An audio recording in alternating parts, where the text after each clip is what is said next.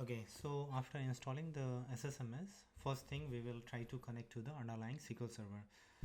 So as soon as you open the SSMS, you will see the connect to the server pop-up window. Suppose by any chance or by mistake you have closed this window. So let's see how to open it again. So there are a couple of options to open the connect to the server options again. First option is you can just click on the file and you can see the connect object explorer. As soon as you click here, you can see the same pop-up connect to the server option. The shortcut to this command file and connect explorer is you can click on the alt F and at the same time E, and it will open the again the same pop-up window. Second option to open the connect to server option is you can go to first open the object explorer and then you will see couple of options to open it. So how to open the object explorer? You can go to the view and here you can see object explorer, and adjacent to this object explorer you can see the shortcut is F8. So you can directly click here, you can see the object explorer, or you can press on the F8 and the object explorer window is open. Here again you have two options, either click on this connect object explorer icon or you have connect. If you click here, so you will see list of server types. Let's say you are clicking on the database engine.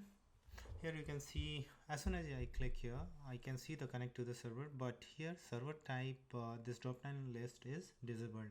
I don't have any option to change it. But if you click on this connect object explorer, you will see here, and here again server type options are enabled. You can see other services. Okay, so now connect to the server pop-up window is there, and I want to connect to the underlying server. In my case, I have installed the SQL server on my local, so I will prefer to connect to my local SQL server instance. So first option, server type, is there are other, lots of options like database engine if you want to query directly on your SQL server, if you want to interact with your SSAS analysis service or SSRS or integration services, or Azure server, Azure SQL managed instance. So in that case you can use the Azure SSIS integration runtime. Here I am interested in connecting to underlying database and run the query there, so I will select the database engine. Now in the server name, if you are opening the SSMS for the first time, so either you will see your default instance or it will come as blank. If it is coming as blank, so you have an option to put the name of your server like this, or you can just explore the drop down list and click on the browse for more. Because I am interested on the local server, so I will make sure that local server is selected, and I will go to the database engine. Currently one instance of SQL server is installed, which is our demo PC, so I will select this one and click OK. Here you can see the server name will get automatically populated. Now coming to the authentication type, so there are different authentication type. First two are Windows authentication and SQL Server authentication. These are more specific to the on-prem or IaaS infrastructure as a service SQL Server. Last three option is Azure Directory specific, is more specific to the Azure SQL.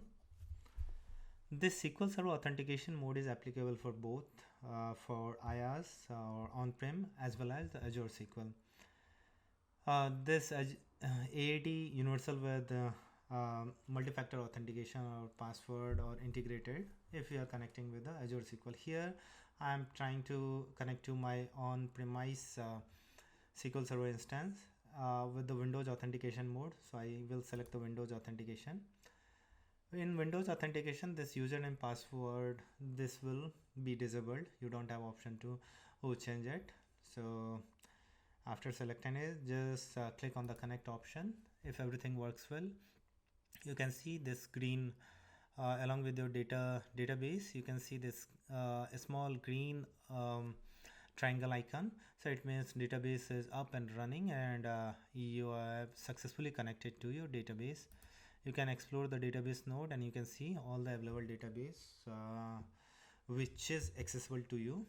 So in my case, I created the test database. Let's open the new query window. Yes, I've successfully connected to this.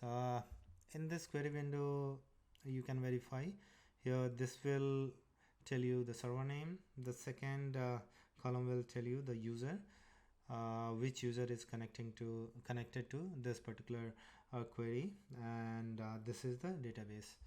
All right, so we have successfully connected to the underlying SQL server. Let's move to the next section.